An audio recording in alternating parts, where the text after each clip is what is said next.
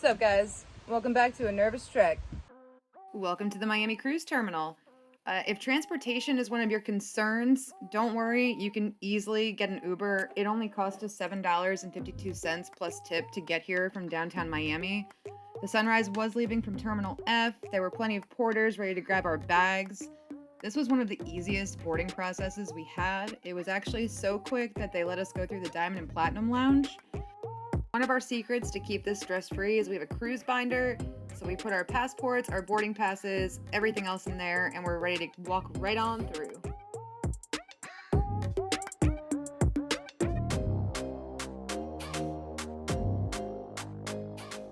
All right, our first tip is give the porters as much luggage as you can. Only carry on a backpack. Your room won't be ready until 1:30. The buffet and the Lido deck and Guy's Burgers is complete chaos, so avoid that area if possible. Booked this cruise for my birthday, and Zach really went all out, so enjoy me freaking out.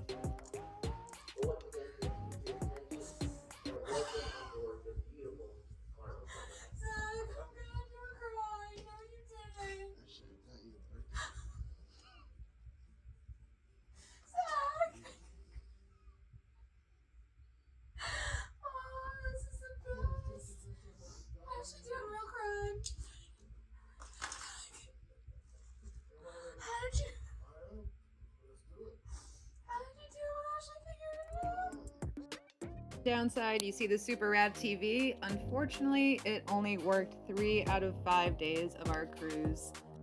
Did book a spa balcony. It was room 1006 right at the front of the ship. It comes with slippers and you get bathrobes already in the room. You're given the yellow Serenity towels. Unfortunately, we never actually had any interaction with the spa. This room did have USB ports right in the bed, and if you know, you know, huge plus.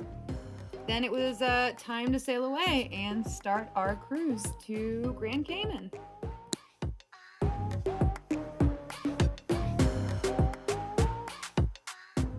So we did buy the Cheers package on this, and if you know, you know, one of the first things we do is head to the Atrium bar to get our drink.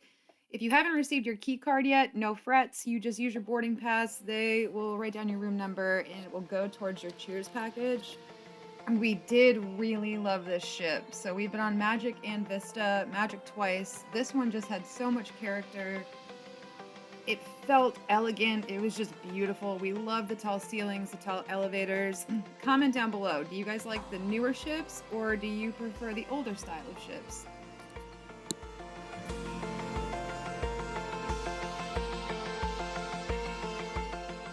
So the Skybox Sports Bar was a new bar for us. It wasn't the Vista, but it was closed while we were on it. Magic doesn't have it.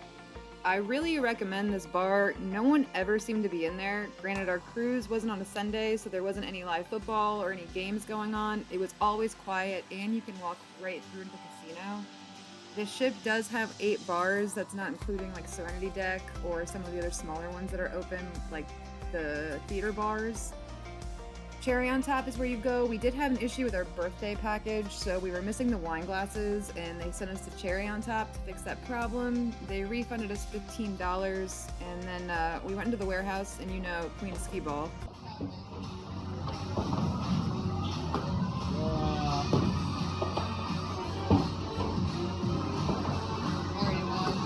No, you didn't.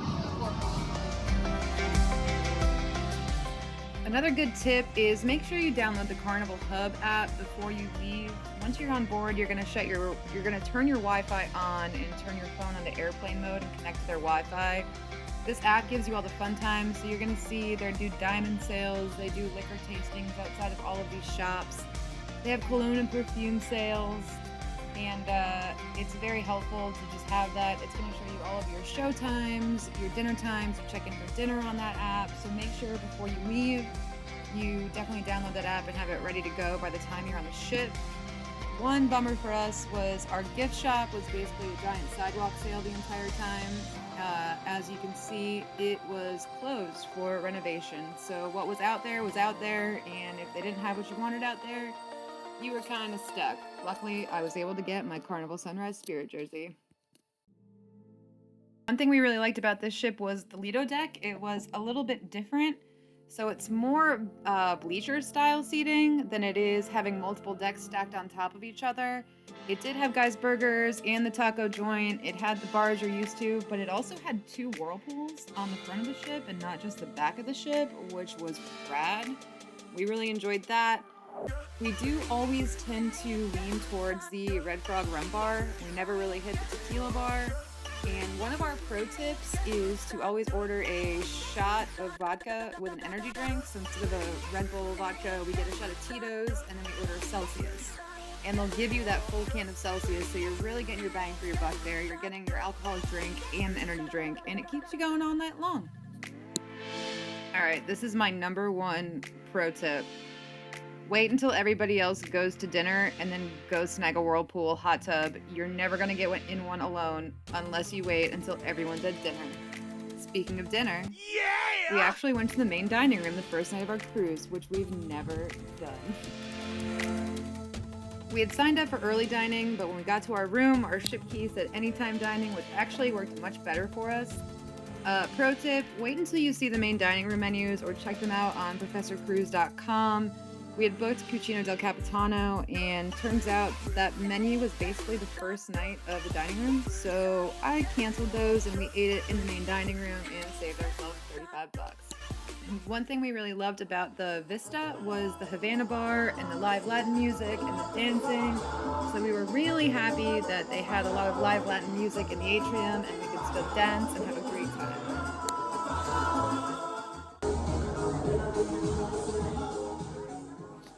One really fun thing that Carnival ships do every night is they do dive-in movies. So they have some of the newest movies out there. We got to see Jurassic World, a couple other, I think Mission Impossible was on there. But you can actually rent blankets, you can get popcorn and hang out and watch a movie.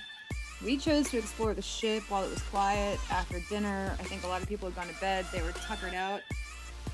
It was windy, so here is a little tour of some of the sports decks. You can see the ropes course. You're going to see basketball court, you're going to see mini golf, all that fun stuff, but you're also going to see me being blown away. Definitely not a good time. Wait until you're either in a port or not sailing at night when it's super windy like this.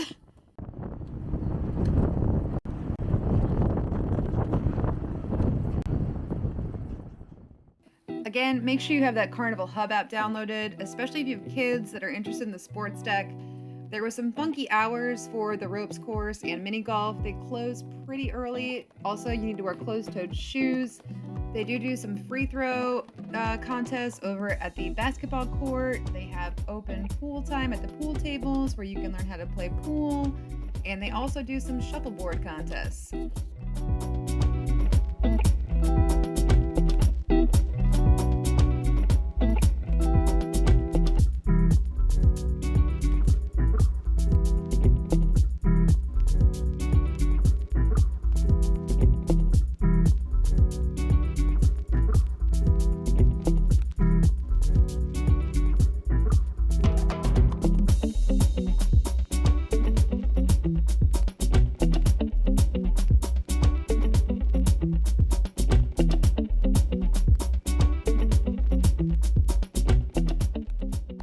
One tip I do have, if you want to play mini golf, bring your own golf balls. I saw this on another blog and I can't remember who to give credit to, but they use these silly foam balls, and when it's windy like this, it's nearly impossible to do anything with those balls. So if you really want to play and you're really competitive, bring your own ball. After our ship tour, we headed over to the Punchliner Comedy Club. We do love to go see live comedy. Unfortunately, these weren't two of the best comedians we'd seen. They were fun. That's all. They were fun. If you're a smoker, you're going to find smoking on deck 10 and deck 3 starboard. From deck 10, you get a really cool view of the whale tail. But this is about where we closed our night out. So we just want to say thank you so much for watching. Don't forget to like, subscribe, all that fun stuff. Give us a comment.